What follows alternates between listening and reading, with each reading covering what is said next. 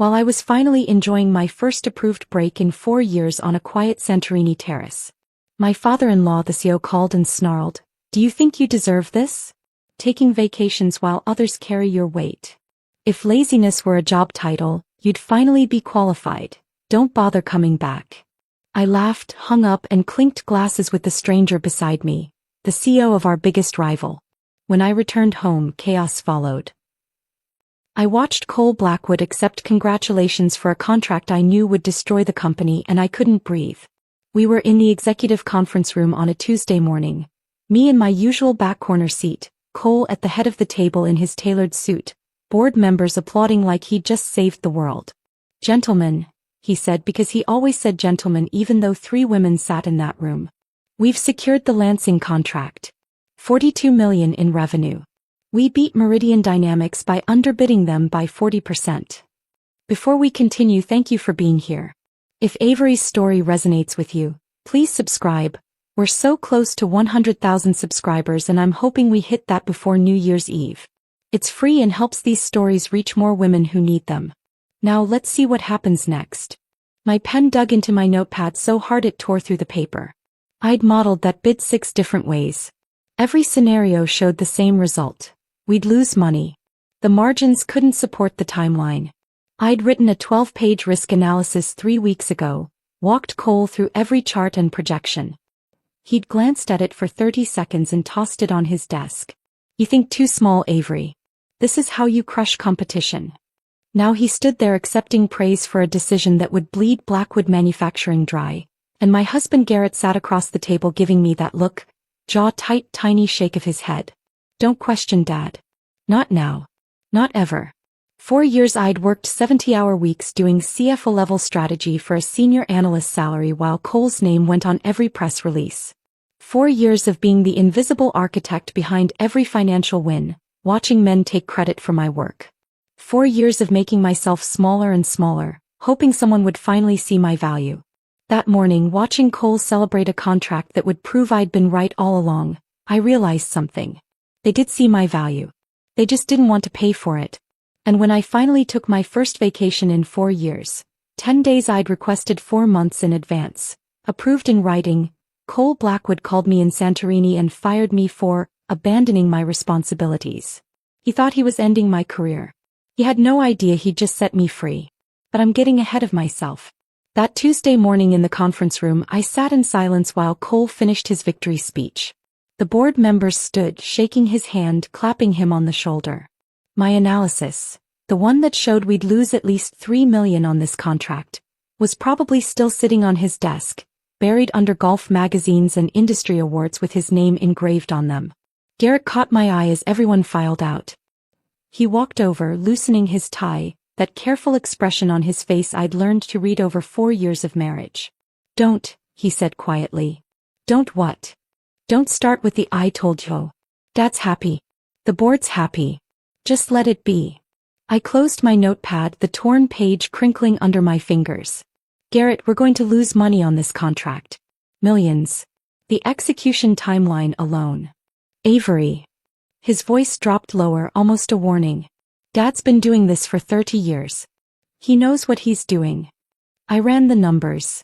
You ran projections. Dad operates in the real world." He glanced toward the door where Cole was still talking to board members, then back at me. "Look, I know you work hard. Everyone knows that. But you need to trust that the people with more experience know what they're doing. The people with more experience. Not him specifically. Not Cole. Just the vague category of people who weren't me."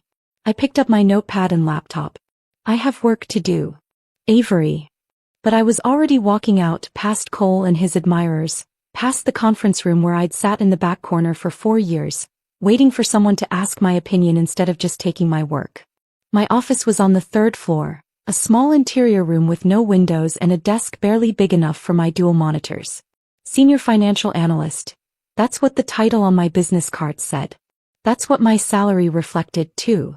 $78,000 a year in a city where studio apartments started at $2,500 a month.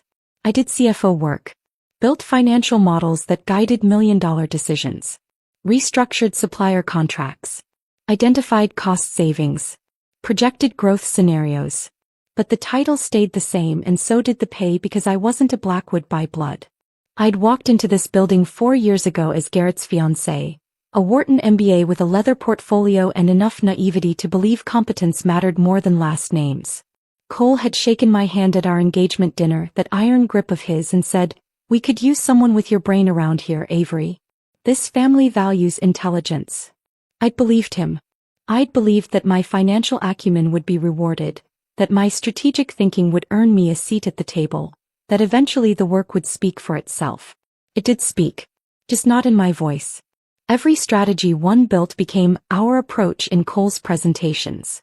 Every cost-saving measure I identified became the leadership team's initiative in company-wide emails. My risk analyses were summarized into bullet points and presented by Garrett to the board, stripped of my name, my nuance, my warnings. I sat down at my desk and opened the Lansing contract file.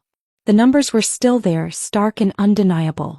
At the bid price Cole had submitted, 40% below market rate, we'd barely cover materials costs. Labor would push us into the red. Any delays, any unexpected complications, and we'd be hemorrhaging money. But Cole didn't care about my projections. He cared about beating Meridian Dynamics, about the press release that would say Blackwood Manufacturing had undercut their biggest competitor. I stared at my screen until the numbers blurred. That evening I stayed late. The third floor emptied out by 6, but I was still there at 8, building contingency models for when the Lansing contract started losing money. As it would. And when it did, someone would need a plan to stop the bleeding. That someone would be me. The credit would go to someone else. Garrett texted at 9, "Working late again?" I typed back, "Finishing projections. Asterisk, don't stay too late. You need rest. Asterisk, rest." As if sleep was the problem. As if exhaustion was something I could fix with 8 hours and a good pillow instead of the systematic erasure of my contributions. I got home at 10:30. Garrett was already asleep or pretending to be. We'd stopped sleeping in the same rhythm months ago. Him in bed by 10, me stumbling in after midnight, both of us too tired or too distant to bridge the gap. I brushed my teeth in the ensuite bathroom, looking at my reflection in the mirror. Dark circles under my eyes that concealer couldn't quite hide. Hair pulled back in the same utilitarian ponytail I wore every day. The woman looking back at me seemed smaller than she should be, like I'd been compressing myself for so long I'd forgotten my original shape. The house was quiet. Our Brookline townhouse, bought with Blackwood money before we'd even gotten married, Garrett's name on the deed. I paid half the mortgage from my $78,000 salary. He paid the other half from his director-level income that was nearly double mine, even though his primary job seemed to be presenting my work to his father. I climbed into bed on my side, the left side, the side I'd claimed 4 years ago and never moved from. Garrett didn't stir. Somewhere between our wedding and our second anniversary, we'd stopped being partners. We'd become roommates who shared a mortgage and occasional meals and increasingly less conversation. I stared at the ceiling in the dark, thinking about the Lansing contract and Cole's dismissal of my analysis and Garrett's warning not to make waves. For years. I'd given this family 4 years of 70-hour weeks, 4 years of invisible labor, 4 years of watching my name disappear from my own work. And for what? The email arrived 3 weeks later, on a Wednesday night when I was working from the kitchen island, laptop open, mug of chamomile tea going cold beside me. Garrett was upstairs watching something on his iPad, the sound of explosions and dramatic music filtering down through the ceiling. Subject line, "Updated benefit information." I almost deleted it. Almost. But something made me pause. Maybe the timestamp sent at 9:14 p.m., long after Margaret and HR usually went home. Maybe the small voice that had been whispering warnings I'd trained myself to ignore. I opened it. My Keyman life insurance policy had been increased from $3 million to $18 million, effective immediately. I read it 3 times. $18 million. No explanation. No prior discussion. Just a clinical paragraph in corporate font notifying me that Blackwood Manufacturing now valued my death at 6 times what they'd valued it 3 months ago. My hands were shaking as I opened my calendar, scrolling back through project completions and milestones. The policy increase was dated March 18th. March 18th was 3 days after I'd finalized the supplier contract renegotiations that saved Blackwood $6 million in annual costs. 3 days. The knot in my stomach that had been tightening for months suddenly had a shape, a name, a cold mathematical logic that made my chest constrict. I grabbed my laptop and walked upstairs. Garrett was propped against the headboard, iPad on his lap, barely glancing up as I came in. "Garrett, did you know about this?" I turned the laptop screen toward him, showing the email. He squinted at it, then shrugged. "Life insurance? That's just HR stuff. Standard benefits. My policy was increased to $18 million. Okay." He looked back at his iPad. "That's good, isn't it? Means the company values you. Values me." The irony was so sharp I almost laughed. "Did anyone else get an increase?" "I don't know, Avery. I don't handle HR benefits." His tone was dismissive, distracted. "If you're worried about it, talk to Margaret." I did. The next morning I went down to the third-floor HR office, a cramped room with filing cabinets and a desk where Margaret had sat for 23 years, watching Blackwood children grow into Blackwood executives. "Margaret, I need to ask about my life insurance." She looked up from her computer and something flickered across her face. Discomfort. Maybe guilt. "Your policy, yes. Mr. Blackwood authorized the increase last month." "Why?" She shuffled papers on her desk, not meeting my eyes. "He said it was standard for executives performing high-value work." "I'm not an executive." "You perform executive-level responsibilities." The words sounded rehearsed. "Did anyone else receive an increase?" Her hands stilled. The silence stretched. "Margaret, I'm not at liberty to discuss other employees' benefits, Avery. I'm sorry." I left her office with my heart pounding, that knot in my stomach pulling tighter and tighter until I thought I might be sick. $18 million. 3 days after saving the company $6 million. And 2 weeks later, Cole Blackwood called me into his office and gave me my first operational audit assignment. Cole's office was mahogany and leather, floor-to-ceiling windows overlooking the Boston skyline. I stood in front of his desk on a Friday afternoon in late May, hands clasped in front of me, waiting while he finished an email. He didn't look up for 2 full minutes. When he finally did, his expression was neutral, businesslike. "I need you to do a safety walkthrough at the Dedham facility. Tuesday evening. Second shift." I frowned. "Isn't that operations responsibility? You're always talking about cost efficiency." He leaned back in his chair, fingers steepled. "I want a financial perspective on whether we're over-investing in safety protocols." Fresh eyes. Something about it felt wrong. But I said yes. Because that's what I always did. The Dedham plant was 30 years old, all concrete and exposed metal, machinery that roared and clanged in rhythms that felt aggressive. I walked the floor alone for 3 hours with a clipboard and steel-toed boots that kept slipping on oil-slicked concrete. A forklift came so close I felt the wind from it. The driver didn't even turn his head. 2 weeks later, Cole sent me to Somerset. Midnight inventory check. I walked catwalks with railings that shifted under my grip, trying not to look at the concrete 20 feet below. Then Lexington. The chemical storage facility where I'd spent an hour breathing fumes before someone finally noticed the ventilation had malfunctioned. I came home shaking that night, lungs burning, and Garrett was on the couch scrolling his phone. "How was it?" he asked without looking up. "I think I inhaled something toxic." "Dad says you're doing great work on these audits." A month later, I collapsed in the office bathroom. The ear doctors ran every test. Found nothing. "Probably stress," they said. "You should take a vacation." So I did. I submitted the request 4 months in advance. 10 days in Santorini, late September, timed perfectly after the quarterly close so no one could say I was being irresponsible. I routed it through HR, copied Cole and Garrett, attached my project timeline showing everything would be covered. Cole approved it with a single-sentence reply. "Fine. Make sure everything's handled." I spent 3 weeks training Jordan, a junior analyst who was eager but inexperienced. I created a 60-page transition document, step-by-step instructions, contact lists, contingency protocols for every active project. I scheduled daily check-in calls. I color-coded spreadsheets. I did everything except clone myself.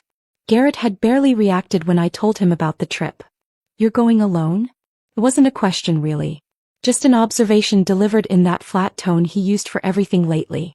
"You're welcome to come," I said even though I didn't mean it. "I can't take time off right now." Dad needs me here. Of course he did. We hadn't shared a bed in 6 months. Hadn't had a real conversation in longer than that. I'd stopped expecting him to ask about my day, my work, my life. We existed in parallel routines. Him leaving for the office before I woke up, me coming home long after he'd eaten dinner alone. The morning I left for Logan Airport, I stood in our kitchen with my suitcase packed, waiting for something I couldn't name. Goodbye maybe. A hug. Some acknowledgement that I was leaving for 10 days. But Garrett had already gone to work. The house was silent except for the hum of the refrigerator. I locked the door behind me and didn't look back. Santorini hit me like oxygen after years of holding my breath. The light was different, golden and impossibly soft, nothing like Boston's perpetual gray. I stayed at a small cliffside hotel in Ojai run by a woman named Katerina who brought fresh yogurt and honey to my terrace every morning and never asked why I was traveling alone. I spent the first 2 days crying. Ugly, heaving sobs on my private terrace overlooking the caldera, mourning a version of myself I'd buried so deep I'd forgotten she existed. The woman who'd graduated Wharton with honors and ambitions. The woman who'd believed competence mattered more than last names. The woman who'd thought marriage meant partnership.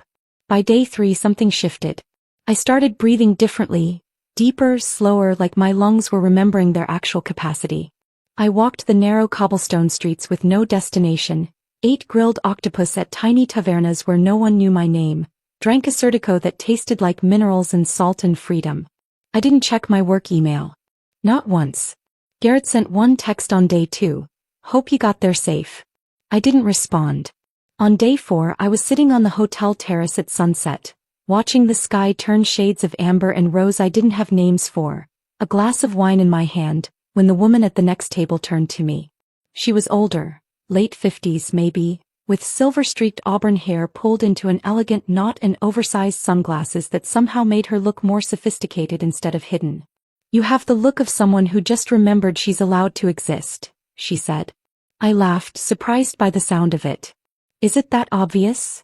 Only to someone who's been there. She gestured to the empty chair at her table. Join me. Her name was Wyatt Brennan, and she had the kind of presence that made you sit straighter without realizing it. Not intimidating exactly, but commanding in a way that felt earned rather than performed. We talked about Greece, about travel, about the particular magic of Santorini light. Safe topics. Easy topics. Then my phone started buzzing on the table. Cole's name flashed across the screen. Once. Twice. 3 times. I ignored it. Wyatt raised an eyebrow. Someone's persistent. My father-in-law. CEO of the company I work for. I picked up my wine glass, watching the liquid catch the fading sunlight. He doesn't believe in boundaries. Family business? In-laws business. I just work there. The bitterness in my voice surprised me. The phone buzzed again. 4th call. Wyatt tilted her head. You going to answer that? Something in her tone, curiosity maybe, or just the permission of a stranger who had no stake in my choices, made me pick up the phone. I should have let it go to voicemail. Hello. Do you think you deserve this? Cole's voice exploded through the speaker so loud that Wyatt could hear it clearly. So loud that the couple 3 tables away turned to look. Taking vacations while others carry your weight? You've been gone 3 days and the Lansing contract is imploding because you weren't here to clean up the mess. 4 years of conditioning made me respond automatically, voice steady even as my heart raced. Cole, I left a 60-page transition document. I trained Jordan for 3 weeks. Everything is covered. Jordan is incompetent.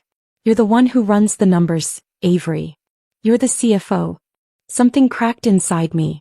Something that had been bending for 4 years under the weight of invisible labor and stolen credit and salary reviews that never came. I'm the senior financial analyst who does CFO-level work for half the salary and 0 credit. I said, my voice colder than I'd ever heard it. And I'm on an approved vacation. Silence on the other end. The dangerous kind. Then his voice came back, quiet and venomous. If laziness were a job title, you'd finally be qualified.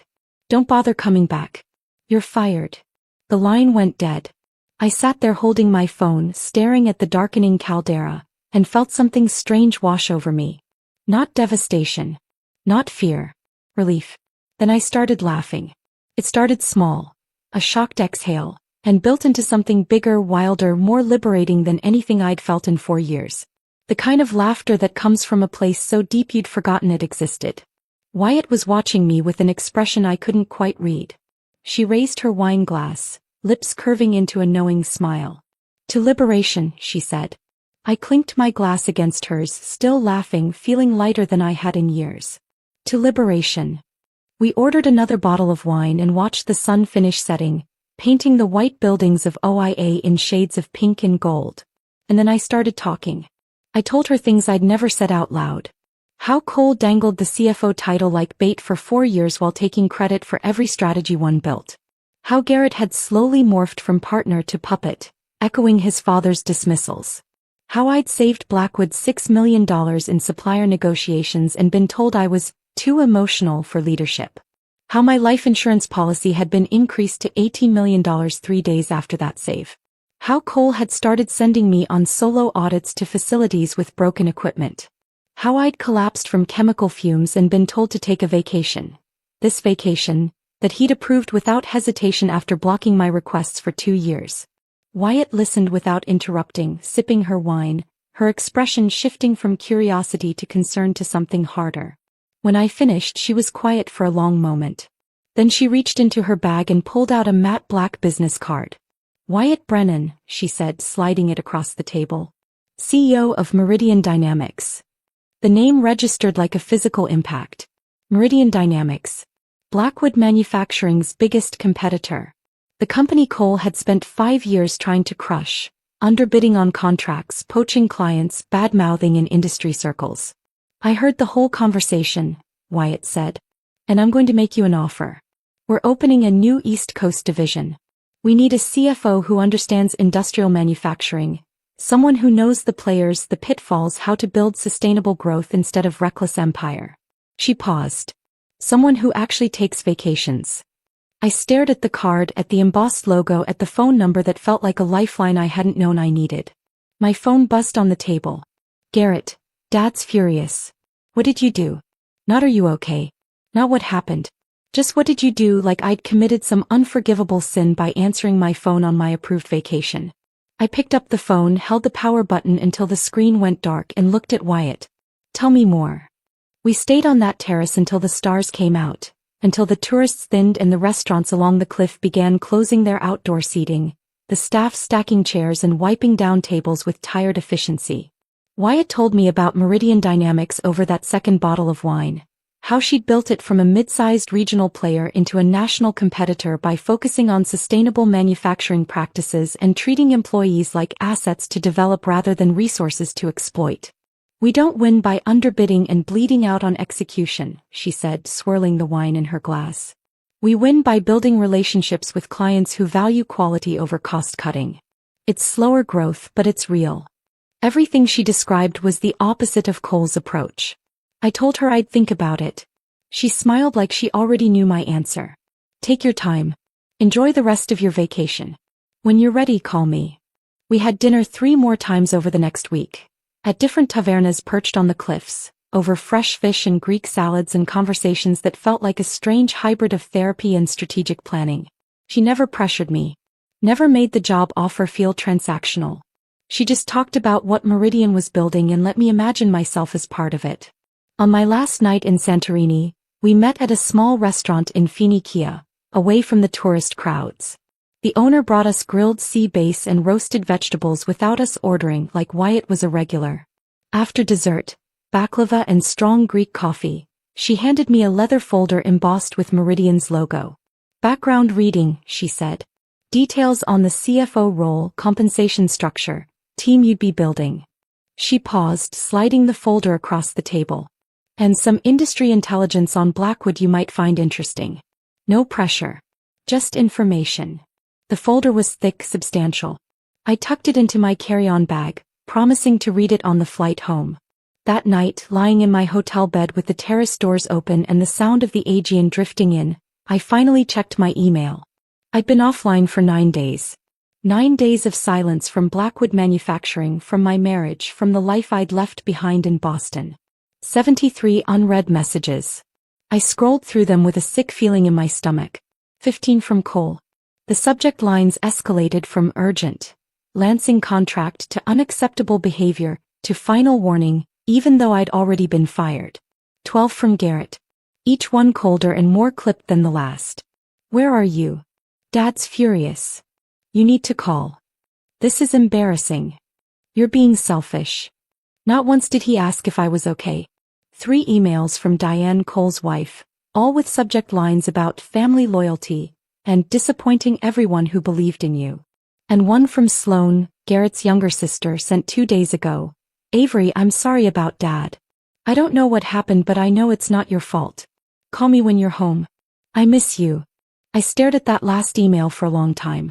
Sloan was the only Blackwood who'd ever treated me like family instead of staff. She was younger, 26 to my 32, an art history major who'd been told by Cole that business school is for serious people like Garrett. She'd always been on the periphery of the family empire, decorative but not functional. We'd bonded over that shared invisibility. I didn't respond to any of the emails. Just closed my laptop and tried to sleep.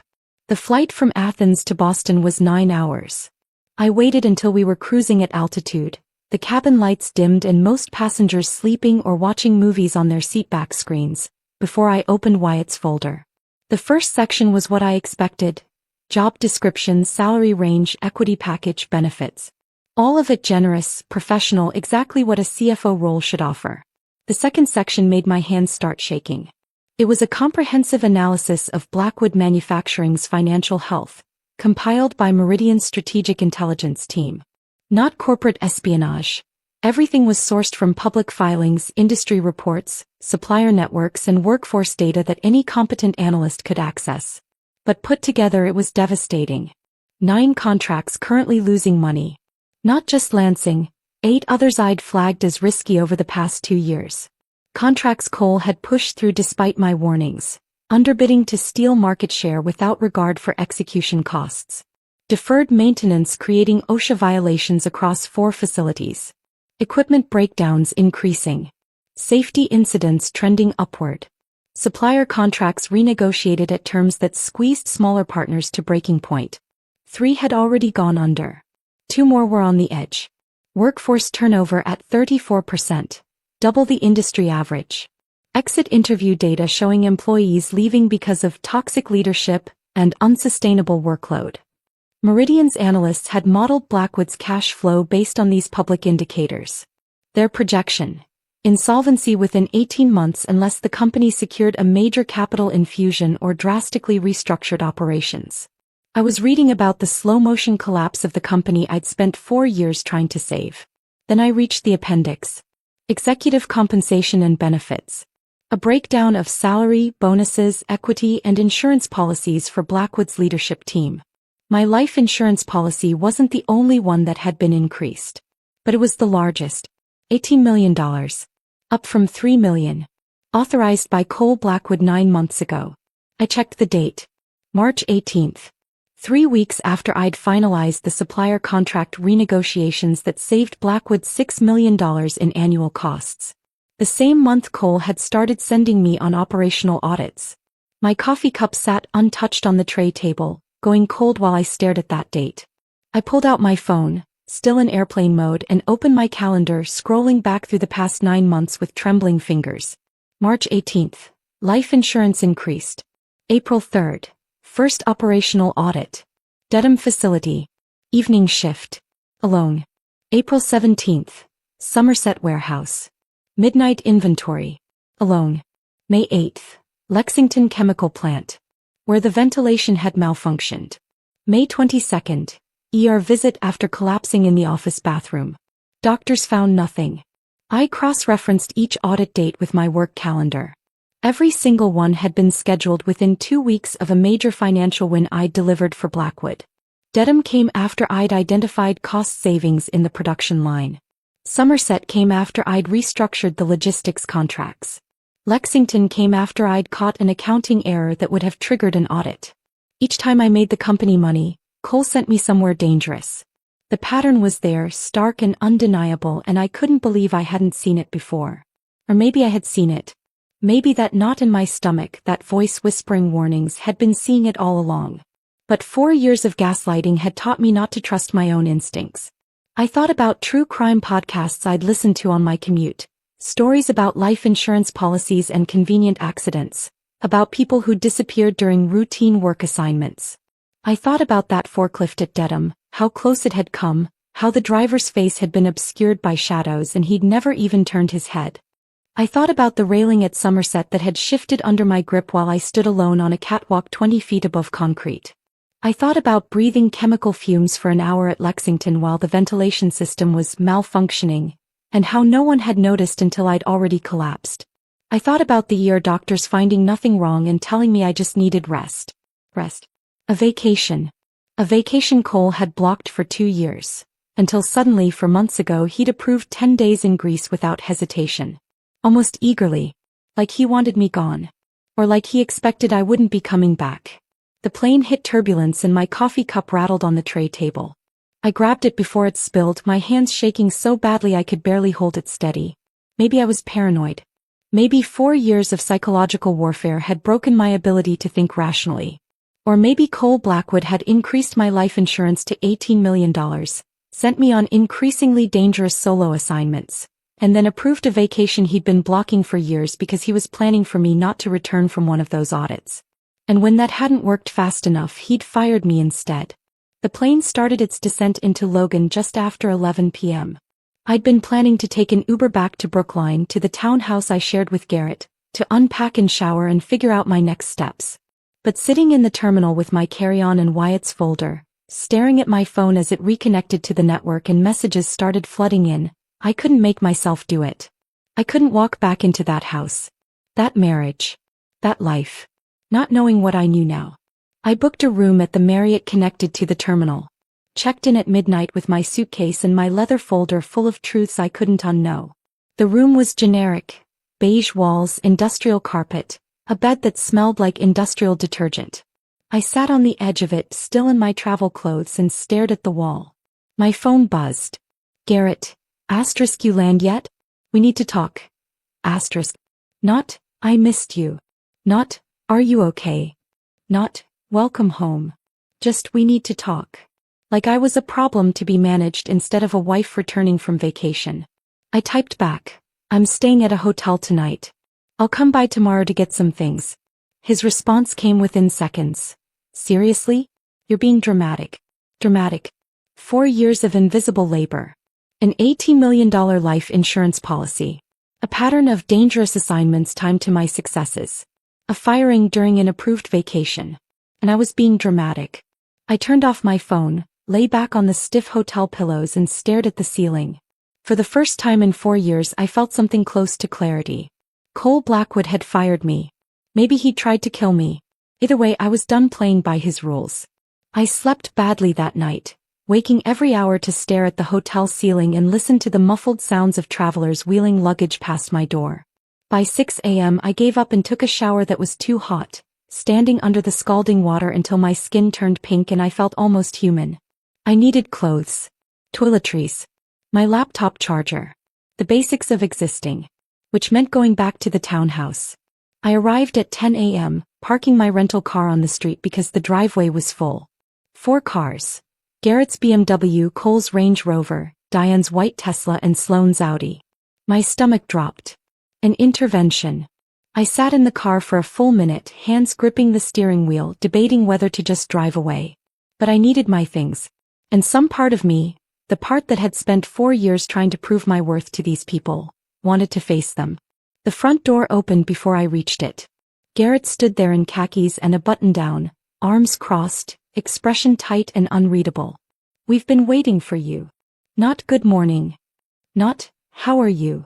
Just, we've been waiting, like I was late to a meeting I'd never agreed to attend. I stepped inside without responding. They were all assembled in the dining room like a tribunal. Cole at the head of the table in his tailored suit, hands folded on the polished wood. Diane to his right, perfectly coiffed, pearls at her throat, wearing the practiced sympathy she deployed at charity events. Sloane tucked into the corner looking miserable, dark circles under her eyes. Garrett gestured toward an empty chair. Sit. I stayed standing. I'm just here to get some clothes. Sit down, Avery. Cole's voice had that edge of command he used in board meetings, the one that expected immediate obedience. I didn't move. He leaned back, studying me with those cold gray eyes. Did you enjoy your little tantrum in Greece? It wasn't a tantrum. It was a vacation. Approved in writing 4 months ago. He waved that away like it was irrelevant. You abandoned your responsibilities.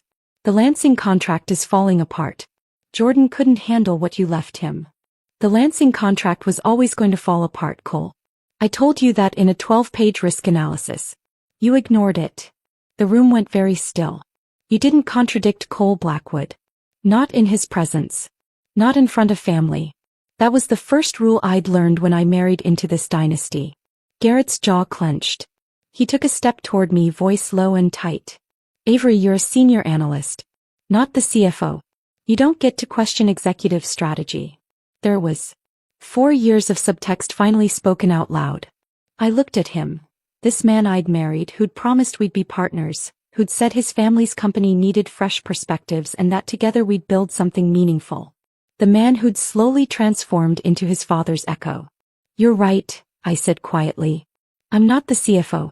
I just do all the work of one. For half the salary. With 0 credit. My mistake was thinking that might actually matter to any of you. Diane's voice came from the table, sweet and sharp. Avery, we've given you so much. A place in this family. Opportunities most people would be grateful for. Security. This ingratitude is really quite shocking. I laughed. The sound came out harsh and bitter. Opportunities? Is that what you call working 70-hour weeks while being told I'm too emotional for leadership? Having my strategies presented to the board with other people's names on them. I turned to look directly at Cole. Or maybe you mean the opportunity to risk my life doing solo safety audits at facilities with broken equipment, right after you increased my life insurance policy to $18 million? Cole's expression went carefully blank. Too carefully. That's standard executive coverage for high-value personnel. I'm not an executive. I'm a senior analyst. You've made that very clear. I crossed my arms. And the timing is interesting. The increase was authorized 3 weeks after I saved the company $6 million in supplier negotiations. The same month you started sending me to dangerous facilities. Alone. Sloane stood up suddenly, her chair scraping against the hardwood floor. Dad, what is she talking about? Cole shot her a warning look. Sloane, this doesn't concern you. Sit down. But Sloane was staring at me, her face pale. Avery, what do you mean? What life insurance policy? I pulled out my phone, opened the HR email I'd saved and slid it across the table toward her. She picked it up, read it, and the color drained completely from her face. Garrett snatched the phone from her hand. This is routine corporate policy. You're twisting it into something it's not. Then why wasn't anyone else's policy increased? My voice was steady now, cold with a clarity I hadn't felt in years. Why did the dangerous audit start right after? Why did I collapse from chemical fumes at Lexington? Why did the ear doctors find nothing wrong but tell me I needed a vacation? A vacation Cole had been blocking for 2 years until suddenly he couldn't approve it fast enough. The table had gone silent. I could see them processing, calculating. Diane's expression of practiced sympathy faltering into something harder. Garrett's defensive confusion warring with doubt. Sloane's dawning horror as she looked from me to her father. Cole alone remained calm. Too calm. His fingers were still folded on the table, his posture relaxed, but his eyes had gone flat and dangerous. You're being paranoid, he said. 4 years of stress have clearly taken a toll on your mental health. Don't. The word came out sharper than I intended. Don't gaslight me. Not now. I've spent 4 years doubting my own instincts because you convinced me I was too emotional, too cautious, too small-minded. But I'm done with that. I pulled Wyatt's folder from my bag and dropped it on the table. Meridian Dynamics did an analysis of Blackwood Manufacturing's financial health. 9 contracts losing money. OSHA violations across 4 facilities. Workforce turnover double the industry standard. Cash flow projections showing insolvency within 18 months. I looked at Cole. You're not building an empire. You're running a company into the ground. And I was the one holding it together while you took credit and planned for my convenient exit. Cole's mask finally cracked. His voice came out cold and lethal. Where did you get that information? Does it matter? If you've been sharing confidential information with our competitors. Everything in that folder is from public sources. Industry reports. Supplier networks. Workforce data. I met his gaze. You want to know what's really in there? The truth you've been hiding from your board. From your investors. From everyone. He stood slowly, both hands flat on the table. You're fired, Avery. That hasn't changed. He slid a stack of papers toward me. Separation agreement. Non-disclosure. Non-compete covering 24 months and the entire industrial sector on the East Coast. Sign it, take your $60,000 severance and disappear quietly. I picked up the papers. My hands were steady. Underneath the separation agreement were divorce documents. Garrett's signature already there, dated 3 days ago, while I'd still been in Santorini. My chest went hollow. I looked at Garrett. You filed for divorce while I was on vacation? He wouldn't meet my eyes. Dad said it was best to handle everything at once. Clean break. Everything at once. My job. My marriage.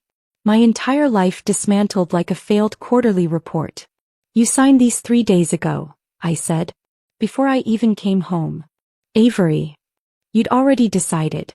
All of you. I looked around the table. This isn't an intervention. This is an execution. Diane's voice was crisp. We're giving you a generous severance. Most people in your position would be grateful. $60,000.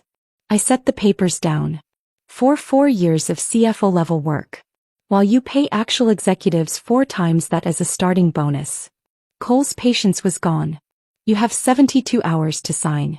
After that, we rescind the offer and make this very ugly for you. No severance. No recommendations. We'll make sure no one in this industry hires you. I picked up my purse. Looked at Garrett one last time. At this man who'd promised to be my partner and had instead become my warden. You already made it ugly, I said. You just didn't expect me to survive it. Sloane stood up. Avery, wait. But I was already walking toward the stairs, toward the bedroom where I'd spent 4 years sleeping next to a man who'd stopped seeing me somewhere along the way. I packed quickly. Clothes, toiletries, my laptop, the few personal items that were actually mine. Everything fit into 2 suitcases and a duffel bag. When I came back downstairs, they were still sitting at the table. Garrett had his head in his hands. Diane was speaking quietly to Cole. Sloane was staring at her phone. She looked up as I passed, eyes red. I paused. Mouthed, I'm sorry, because she was the only one who'd never treated me like I was temporary. Then I walked out of that house and didn't look back. I loaded my bags into the rental car, hands shaking now that the adrenaline was fading. Sat in the driver's seat with the engine running, staring at the townhouse I'd never really belonged in. My phone buzzed. A text from Sloane, I believe you. I'm so sorry. Please be safe. I typed back, thank you. You too. Then I pulled Wyatt's business card from my wallet, stared at it for a long moment and dialed. She answered on the second ring. Avery. How are you? That job offer, I said. Is it still available? Absolutely. When can I start? How soon can you get to New York? Wyatt's voice came through the phone calm and steady, like she'd been expecting this call. Like she knew exactly how the intervention would go before I'd even walked through the door. I was sitting in my rental car outside the Brookline townhouse, bags packed in the trunk, hands still shaking from confrontation adrenaline. I need to handle some things first, I said. Sign the separation papers. Find a lawyer. Figure out where I'm staying. Don't sign anything without legal review. Cole will bury traps in that contract. She paused. And you don't need to figure out housing. Meridian keeps corporate apartments in Hudson Yards for executives in transition. You can stay there as long as you need. My throat tightened. Wyatt, I haven't even officially accepted yet. You called me. That's acceptance enough. I could hear the smile in her voice. Take the weekend. Get your affairs in order. Monday morning 9 a.m. come to Meridian. We'll make it official. After we hung up, I sat there for a long moment staring at the house through the windshield. Then I put the car in drive and left Brookline behind. That night I stayed at the Marriott again. Spread the separation papers across the hotel desk next to Wyatt's business card and tried to read through the legal language with exhausted eyes that kept blurring the text. Non-disclosure agreement. Standard enough. Non-compete clause. 24 months, entire industrial manufacturing sector, East Coast territory. $60,000 severance contingent on signing both. And underneath it all, the divorce papers with Garrett's signature already dry and legal. My phone buzzed. Sloan. Can we meet tomorrow? I need to talk to you. Please. I stared at the message. Sloan had looked horrified during the intervention, but she'd also sat there silently while her father threatened me. While Garrett presented divorce papers he'd signed behind my back. But her text from earlier, "I believe you," had felt genuine. I typed back, "Coffee. 10 a.m. Cambridge."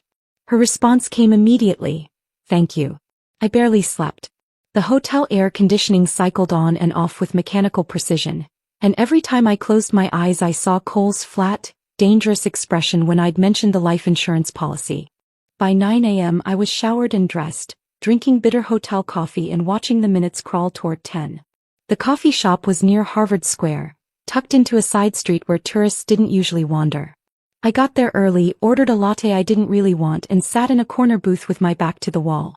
Sloan arrived at exactly 10, wearing jeans and an oversized sweater, hair pulled back in a messy bun. She looked like she hadn't slept either.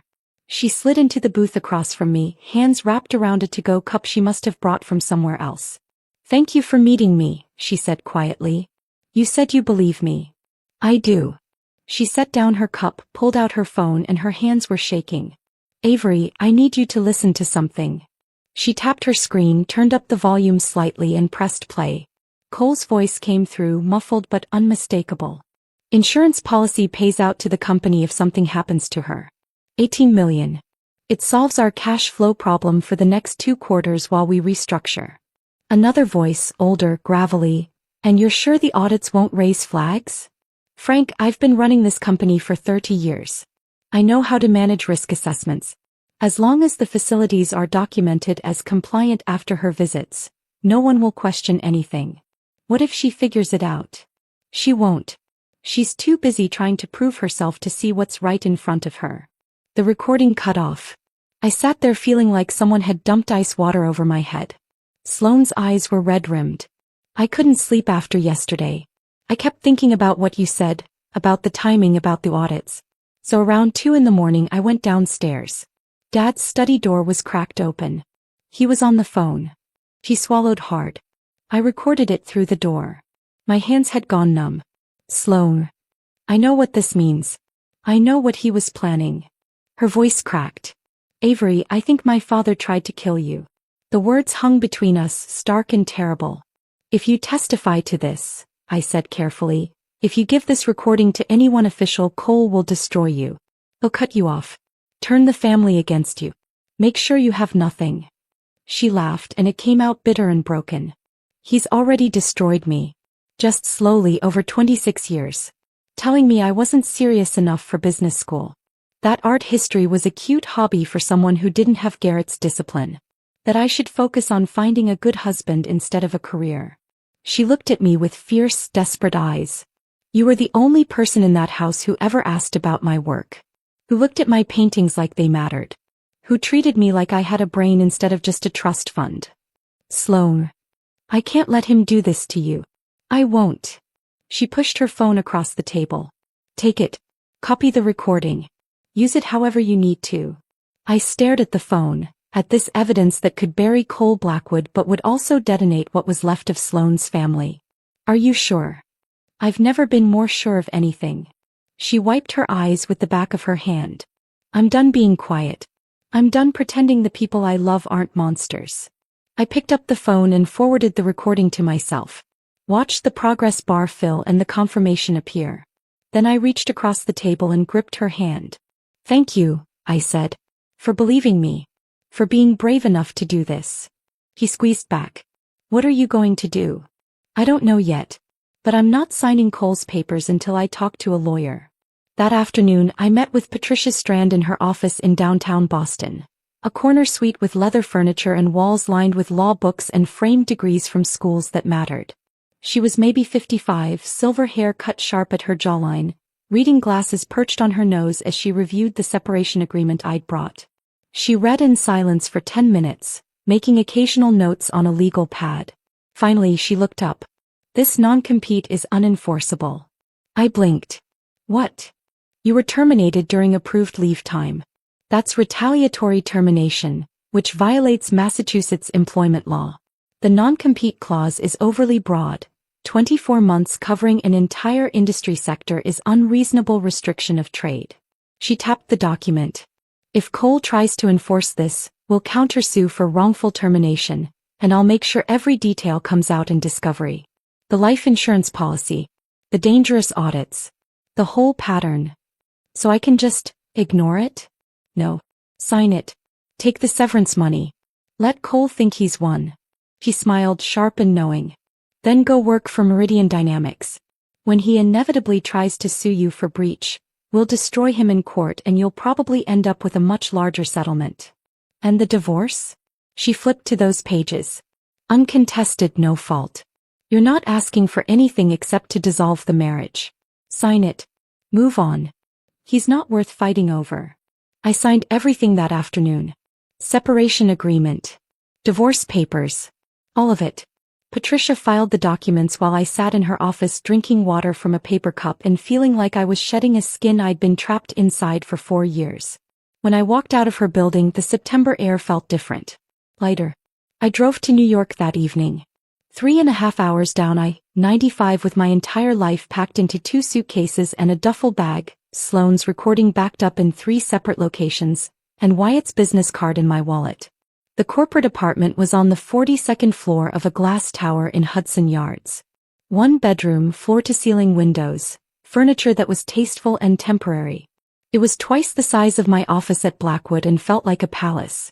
I stood at those windows on Sunday night, watching the city lights reflect off the Hudson River, the skyline stretching out in all directions like a promise I was finally allowed to believe in. My phone buzzed. Wyatt, ready for tomorrow? I typed back, ready. Another message appeared. Sloane, I told Mom and Dad I'm moving to New York. Dad didn't take it well. But I'm done living in that house. Thank you for showing me it's possible to leave. I smiled, feeling something warm and fierce bloom in my chest. You're going to be okay, I typed. We both are. Monday morning came with clear skies and cool air that smelled like possibility. I put on my best suit, navy blue, tailored, professional, and took the subway to Meridian's office in Midtown. The lobby was all glass and steel and living walls of greenery. The receptionist smiled when I gave my name. Miss Hale. Miss Brennan is expecting you. 48th floor. The elevator rose through the building and with each floor I felt lighter, more solid, more like myself. Wyatt was waiting in her corner office, windows overlooking Central Park, wearing a charcoal suit and that same confident smile from Santorini. Welcome to Meridian, she said, extending her hand. I shook it and her grip was firm and warm and real. Thank you for the chance. Thank me by building something great. She gestured to a leather folder on her desk. Contracts ready when you are. And Avery? Cole Blackwood is about to learn that firing you was the biggest mistake of his career. I picked up the pen, signed my name and felt the last 4 years finally, truly end. My first day at Meridian, Wyatt walked me through the 48th floor, introducing me to people whose names I tried desperately to remember while my brain was still processing that I actually worked here now. This is Avery Hale, our new CFO, she said at every stop, and people smiled and shook my hand and said things like, we've heard great things, and excited to work with you. No one treated me like I was temporary. No one acted like I needed to prove I deserved to be there. It was disorienting. My office had floor-to-ceiling windows overlooking the Hudson River.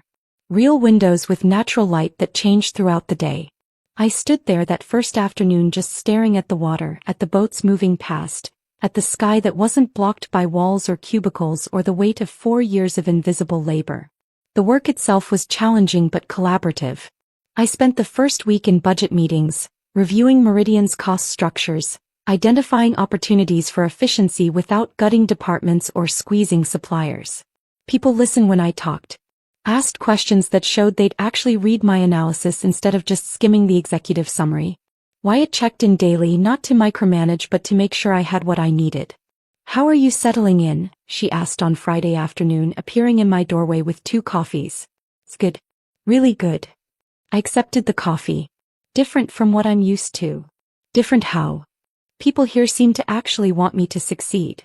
She smiled, but there was something sad in it. That's not different, Avery. That's normal.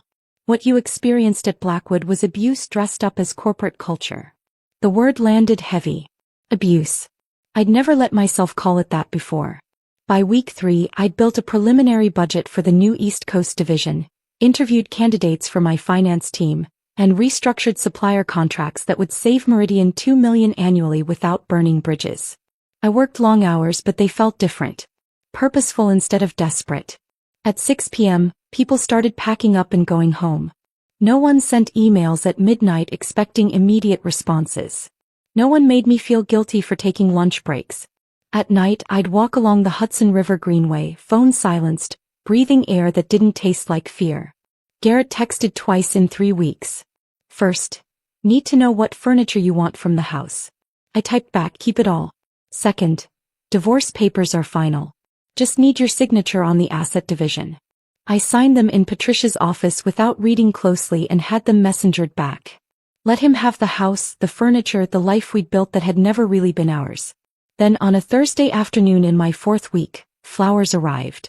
Wyatt's assistant brought them to my office.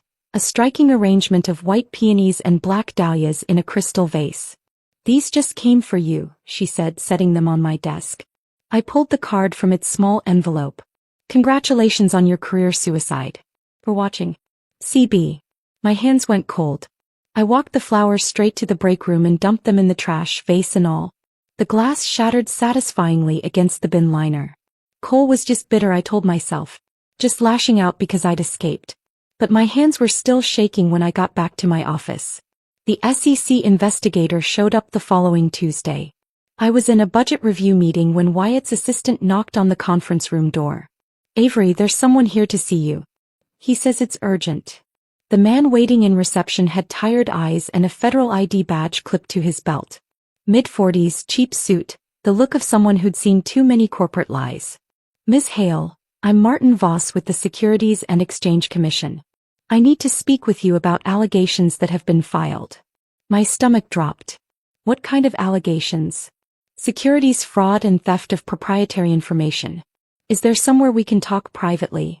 Patricia Strand arrived within 30 minutes of my call, striding into Meridian's conference room in a sharp suit and reading glasses, legal pad in hand.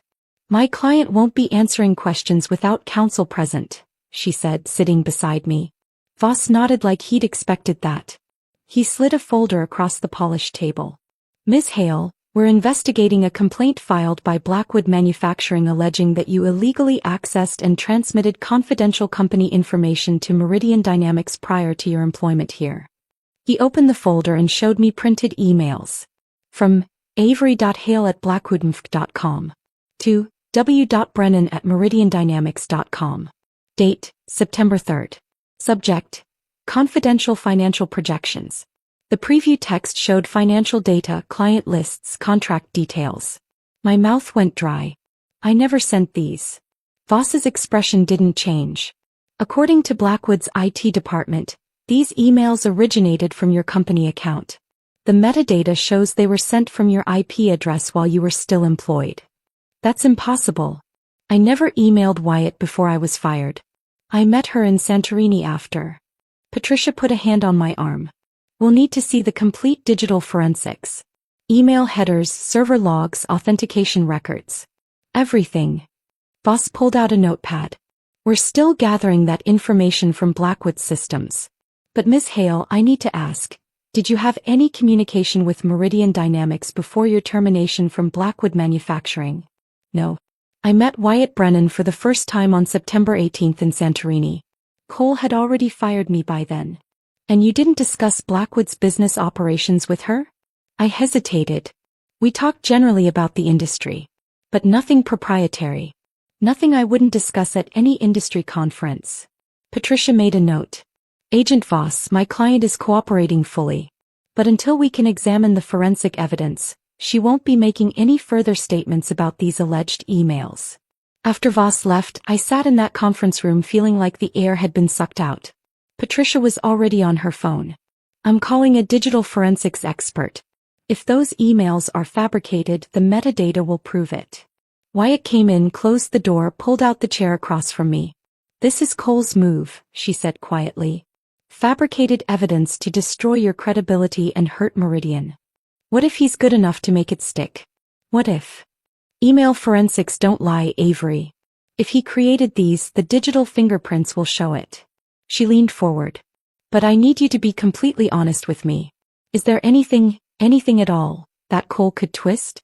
Any emails, any conversations, any access to files that could be misinterpreted? I thought back through 4 years of work. Through every email I'd sent, every file I'd accessed, every conversation I'd had. Nothing. I never discussed Blackwood business with anyone outside the company. The only thing remotely close was our conversation in Santorini, and that was after I was fired. Wyatt nodded slowly. Then we fight. And we make sure Cole regrets starting this. But that night, alone in my corporate apartment, I couldn't stop thinking about those emails. About how real they'd looked. About Cole's resources and connections and his absolute certainty that he could destroy anyone who opposed him. My phone rang at 11 p.m. Sloan. I almost didn't answer. Avery, please. I need to see you. Now. Her voice was shaking. What's wrong? It's about Dad. About the SEC thing. I can't talk about this on the phone. Can you meet me? We met at a 24-hour diner in Chelsea, the kind of place with cracked vinyl booths and coffee that tasted like it had been sitting in the pot since dinner service. Sloan slid into the booth across from me looking wrecked, hair uncombed, mascara smudged, wearing sweatpants and an oversized hoodie like she'd left the house in a hurry. Are you okay? No. She pulled out her phone with trembling hands. I couldn't sleep tonight. I kept thinking about what you said at the townhouse. About Dad. About the emails the SEC mentioned. So I went to his study around midnight. The door was cracked open. She tapped her phone, pulled up a voice recording, turned the volume low. Listen. Cole's voice came through, muffled but unmistakable. You're sure the emails look authentic? Another voice, older, nervous. Sir. Created them with administrator access, backdated to early September. Used her IP address from when she was still working here. And the SEC won't detect the fabrication? Not without deep forensic analysis, which they won't do for a corporate espionage complaint. They'll see the emails, interview her, and even if they don't charge her, the investigation alone will destroy her reputation. Pause. She'll never work in this industry again. Cole's voice came back, cold and satisfied. Good. Make sure all the logs are clean. I don't want any trace leading back to us. The recording ended. I sat there feeling like someone had poured ice water through my veins. Sloane's eyes were red and swollen. He fabricated evidence. He's trying to frame you for a federal crime. My hands were shaking so badly I had to grip the edge of the table. Sloane, if you give this to anyone, if you testify, your father will destroy you. I know. Her voice cracked. But I can't watch him do this. Not to you. Not to anyone. She pushed her phone across the table. Take it. Copy the file. Use it however you need to. I stared at that phone, at the evidence that could save me and detonate what was left of Sloane's family. Are you absolutely sure? She wiped her eyes with the heel of her hand. I'm done being afraid of him. I'm done pretending he's someone he's not. I picked up the phone, forwarded the recording to myself and Patricia and Wyatt, watched the files send and confirm. Then I reached across the table and gripped Sloane's hand. Thank you. For being brave enough to do this. She squeezed back and we sat there in that fluorescent-lit diner at midnight, two women who'd escaped the same poison, holding on to each other while the evidence of Cole Blackwood's crimes lived in our phones like a loaded gun. I didn't sleep that night. Just lay in my corporate apartment staring at the ceiling, Sloane's recording playing on repeat in my mind. The investigation alone will destroy her reputation. She'll never work again. By 6 a.m. I gave up on sleep and called Patricia. I have evidence, I said when she answered. Cole confessing to fabricating the emails. Recorded by his daughter. Silence. Then, how soon can you get to my office? Patricia's office at 8 a.m. was already alive with purposeful energy. She had coffee brewing, her paralegal taking notes, and a digital forensics expert on video call within 15 minutes of my arrival. Sloane showed up at 8:30 looking exhausted but determined. Patricia listened to the recording 4 times, her expression growing more severe with each playthrough. Finally she set down her phone and looked at both of us. This is conspiracy to commit fraud, obstruction of justice and wire fraud, all federal crimes. Cole Blackwood just confessed to fabricating evidence in an active SEC investigation. She turned to Sloan. You understand what this means? Testifying against your father will destroy your relationship with your family. Possibly permanently. Sloane's hands were folded tight in her lap, knuckles white. I'm already estranged. They just don't know it yet. The only question is whether I do the right thing or keep being silent like I've done my whole life. Patricia nodded slowly. Then we move fast before Cole realizes what we have. The next week was a blur of documentation and preparation.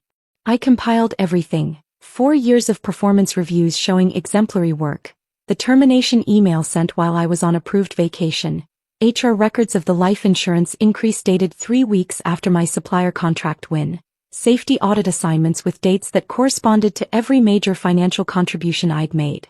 Patricia hired a whistleblower protection attorney for Sloan, a woman named Rebecca Torres who specialized in protecting witnesses in corporate fraud cases. Sloan gave a formal statement, had the recording authenticated by a digital forensics lab, signed affidavits about what she'd witnessed. I watched her do it with a mixture of gratitude and guilt. She was burning her family to the ground to save me. Are you sure? I asked her one afternoon in Patricia's conference room, after she'd spent 3 hours being deposed by Rebecca. She looked at me with red-rimmed but clear eyes. I've never been more sure of anything. What he did to you, what he was planning to do, it's evil. And I won't be part of it. We presented everything to the SEC on a Thursday morning. Patricia had scheduled a meeting with Martin Voss and his supervisor, an agent named Sandra Pierce who had 25 years of experience and the kind of sharp, assessing gaze that missed nothing. The SEC's New York field office was all security checkpoints and beige walls and the particular smell of government buildings everywhere. We sat in a windowless conference room, me, Patricia, Sloan, Rebecca, and the 2 SEC agents, while Patricia laid out the case like she was prosecuting it herself. She started with the fabricated emails, showing the forensic analysis that proved they were created with administrator privileges weeks after I'd left Blackwood, backdated to look authentic, sent from IP addresses I'd never accessed. Then she played Sloane's recording. Cole's voice filled the room, cold and calculating, discussing the fabrication like it was a routine business transaction. When it finished, Pierce's jaw was tight with barely controlled anger. Miss Hale, I owe you an apology. You were never the subject of this investigation. You were the victim. She looked at Sloan. And Ms. Blackwood, what you've done here took extraordinary courage. You're now a federal whistleblower and we'll make sure you're protected. Voss was already on his phone. I'm calling the U.S. Attorney's Office. We need arrest warrants drawn up today. Patricia pulled out another folder. There's more. Evidence suggesting Cole increased Ms. Hale's life insurance policy to $18 million, then systematically sent her on dangerous solo audits at facilities with safety violations. We believe this may constitute attempted harm or reckless endangerment. Pierce took the folder, scanned through it, and her expression darkened. We'll need to investigate this further, but if the pattern holds... She looked at me. Ms. Hale, your former father-in-law may be facing additional charges beyond evidence fabrication. The words hung in the air. Attempted harm. Someone finally saying out loud what I'd been too afraid to name. The arrest happened on a Tuesday morning. I was in my office at Meridian reviewing quarterly projections when Wyatt appeared in my doorway, face serious. Turn on the news. I pulled up CNBC on my computer. The headline was already scrolling. Breaking. Industrial CO arrested on federal fraud charges. The footage showed Cole being walked out of Blackwood Manufacturing headquarters in handcuffs, flanked by federal agents, his face contorted with rage and disbelief. Behind him, through the glass walls, I could see employees standing frozen at their desks, watching their CO being taken away. The news anchor's voice provided narration. Cole Blackwood, CEO of Blackwood Manufacturing, has been arrested and charged with conspiracy to commit fraud, obstruction of justice and wire fraud. These charges stem from allegations that Blackwood fabricated evidence in an SEC investigation targeting a former employee. If convicted on all counts, he faces up to 20 years in federal prison. My phone started buzzing immediately. Reporters, former colleagues, people I hadn't spoken to in months suddenly wanting statements. One voicemail from Diane Cole's wife, her voice dripping venom. "You've destroyed this family. I hope you're proud of yourself, you ungrateful." I deleted it without listening to the rest. Another message, this one from someone at Blackwood's board. "We'd like to discuss the circumstances of your departure." I forwarded that one to Patricia. The only call I answered was from Sloan. "Are you okay?" I asked. "No." Her voice was thick. "But I did the right thing." "I know I did." "You did. You absolutely did. Mom won't talk to me. Garrett called me a traitor. Dad's lawyer is trying to claim I fabricated the recording." She laughed, bitter and broken. "But I'd do it again. I'd do it 1,000 times." The trial lasted 4 weeks. I didn't attend. Patricia said I didn't need to. My deposition and documentation were entered as evidence, and my presence in the courtroom might turn media attention on me instead of on Cole's crimes. But Patricia sent me daily updates. Sloan testified for 6 hours over 2 days. Patricia said she was extraordinary, calm, detailed, unflinching. She walked the jury through years of watching her father manipulate people, treat employees as disposable assets, prioritize profit over safety and ethics. When the prosecutor played her recording, the courtroom went silent. Neil Garson, Blackwood's IT director, had taken a plea deal early and testified against Cole. He confirmed under oath that he'd fabricated the emails at Cole's direct instruction, using administrator access to create false evidence that was then presented to federal investigators. The forensic evidence was damning. Metadata that showed creation dates weeks after my termination. Server logs that proved the emails never actually traversed any network. Digital fingerprints that tied everything back to Blackwood's IT systems. The defense tried to argue entrapment, claiming Sloan had manipulated the conversation. But the recording was too clear, too damning, and Cole's own words sealed his fate. The jury deliberated for 3 hours. Guilty on all counts. I was in a budget meeting when Patricia called with the verdict. I excused myself, walked to my office, closed the door, and just stood at the window looking out at the Hudson River. Guilty. Cole Blackwood. The man who'd dangled promotions I'd never receive, who'd taken credit for my work, who'd increased my life insurance and sent me into dangerous facilities, who'd fired me for taking a vacation and then tried to frame me for federal crimes, was guilty. Sentencing came 2 weeks later. 18 to 22 years in federal prison. I watched the news coverage from my apartment that evening, glass of wine in hand, sitting on my couch in the corporate housing that had somehow started feeling like home. The reporter stood outside the courthouse. Cole Blackwood, once a titan of the manufacturing industry, will spend nearly 2 decades in federal prison. The judge cited the severity of fabricating evidence and attempting to destroy a former employee's career as factors in the sentencing. They showed footage of Cole being led away, his expensive suit rumpled, his face no longer red with rage but ashen with shock. Garrett appeared briefly in the coverage, stone-faced, declining to comment. My phone buzzed. "Sloan, it's over. He's really going to prison." I typed back, "How are you feeling?" Her response took a minute. "Empty. Relieved." Said, "All of it at once." "Me too," I sent. And it was true. I'd won. Cole was in prison. My name was cleared. Meridian had stood by me through everything. But victory didn't taste like triumph. It tasted like ashen endings and the hollow satisfaction of watching someone destroy themselves while you stood at a safe distance.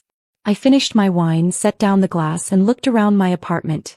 At the life I was building, at the city lights beyond my windows, at the future that was finally, truly mine.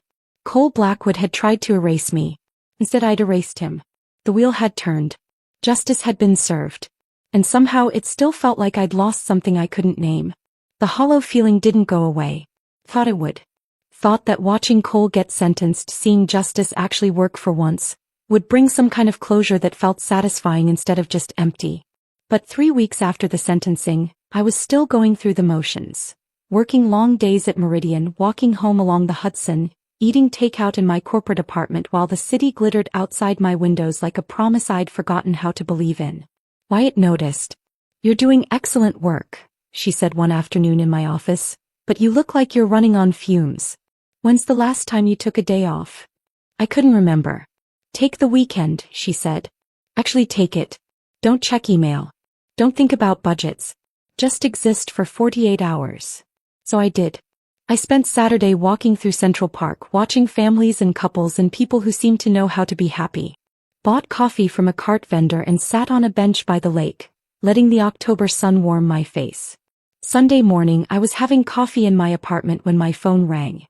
Wyatt. I'm sorry to call on your weekend, but there's something I need to discuss with you. Can we meet tomorrow? My stomach tightened reflexively. Is something wrong? No. The opposite, actually. But we should talk in person. Monday morning, she was waiting in her office with coffee and that same calm presence that had made me trust her on a Santorini terrace 6 months ago. Blackwood Manufacturing filed for Chapter 11 bankruptcy, she said without preamble.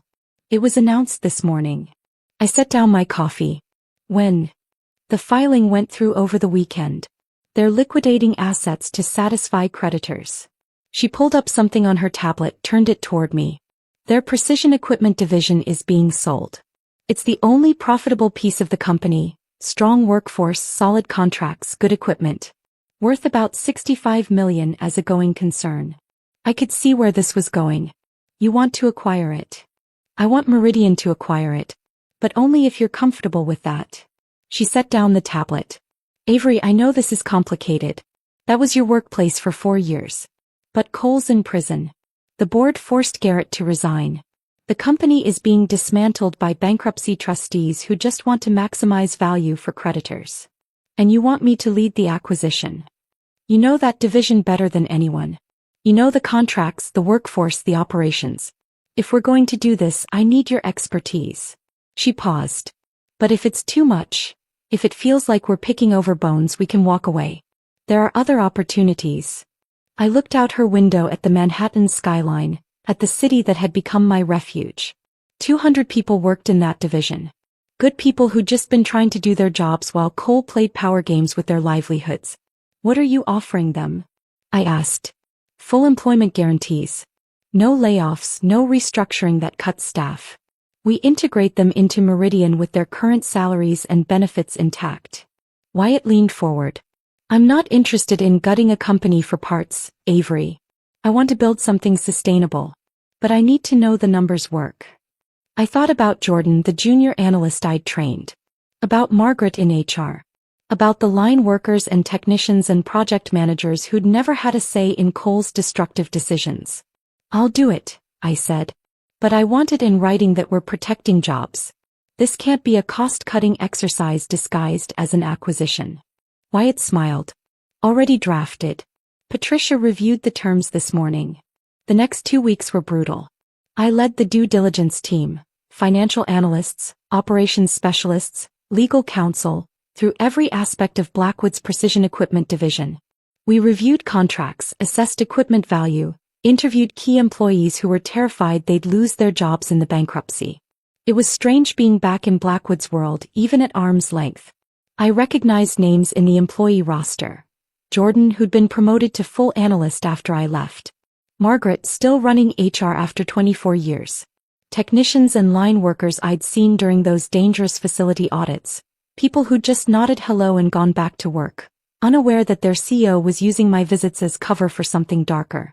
The numbers told a clear story. The division was profitable, well-run at the operational level, dragged down only by Cole's reckless corporate strategy and the bankruptcy of the parent company. In a normal sale, it would be worth $65 million. In bankruptcy liquidation, with creditors pushing for fast resolution, we could get it for $42 million. Wyatt presented the acquisition to Meridian's board on a Thursday afternoon. I sat beside her, walking them through the financial analysis, the integration timeline, the employment guarantees. The board voted unanimously to approve. We submitted our bid that Friday. $42 million full employment protection, 90-day integration period. 3 weeks later, the bankruptcy court accepted our offer. Blackwood Manufacturing's most valuable asset, the division I'd helped build with 4 years of invisible labor, was now part of Meridian Dynamics.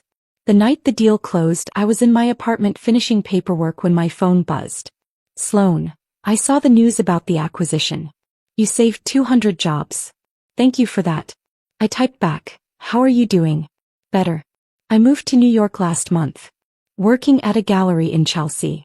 Trying to figure out who I am when I'm not a Blackwood. Want to get coffee this weekend? I'd love that. We met at a small cafe in the West Village on Saturday afternoon. Sloane walked in looking completely different. Hair cut short and dyed auburn, wearing jeans and a vintage leather jacket, no trace of the careful polish the Blackwood family required. She looked lighter.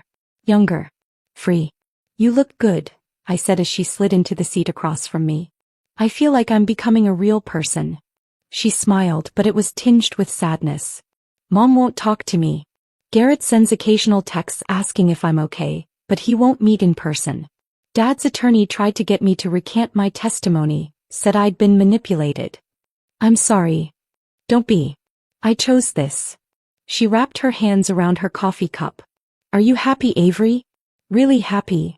I thought about that question, about the work I was doing, the team I was building, the apartment that had stopped feeling temporary. Getting there, I said. One day at a time. Me too. She looked out the window at people passing by.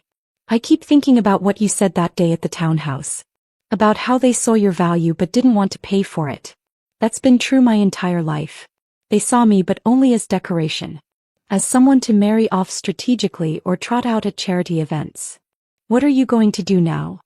I'm taking art classes at SVA. Painting again. The gallery job doesn't pay much, but I don't need money. I have my trust fund, and unlike Dad, I can't take that away. I'm just trying to figure out who I am when I'm not performing for an audience. We sat there for 2 hours talking about New York and art and the strange relief of starting over.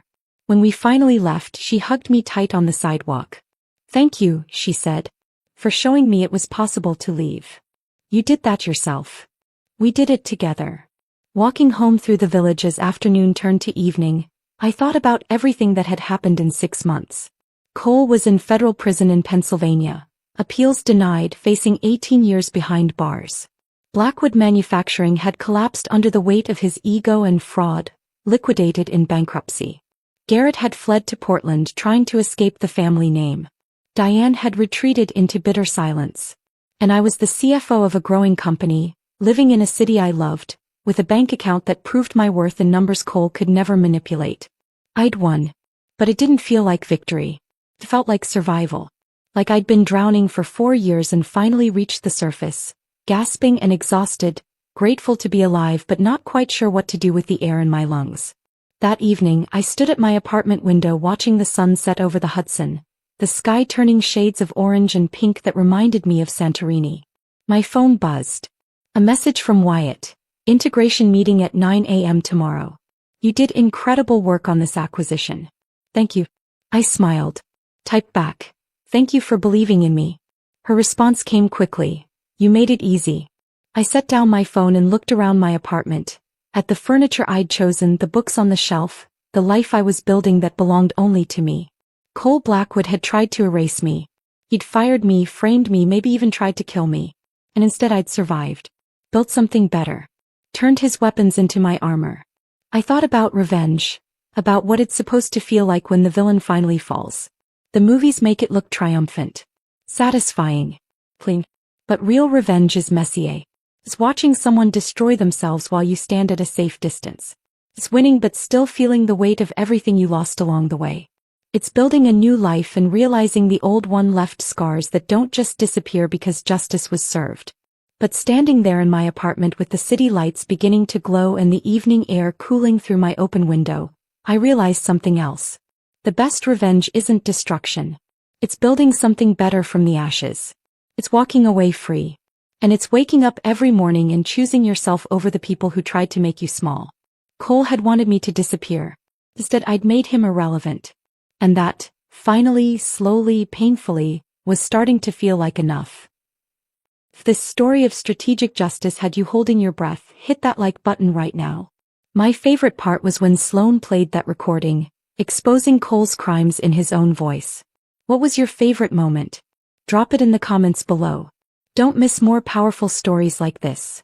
Subscribe and hit that notification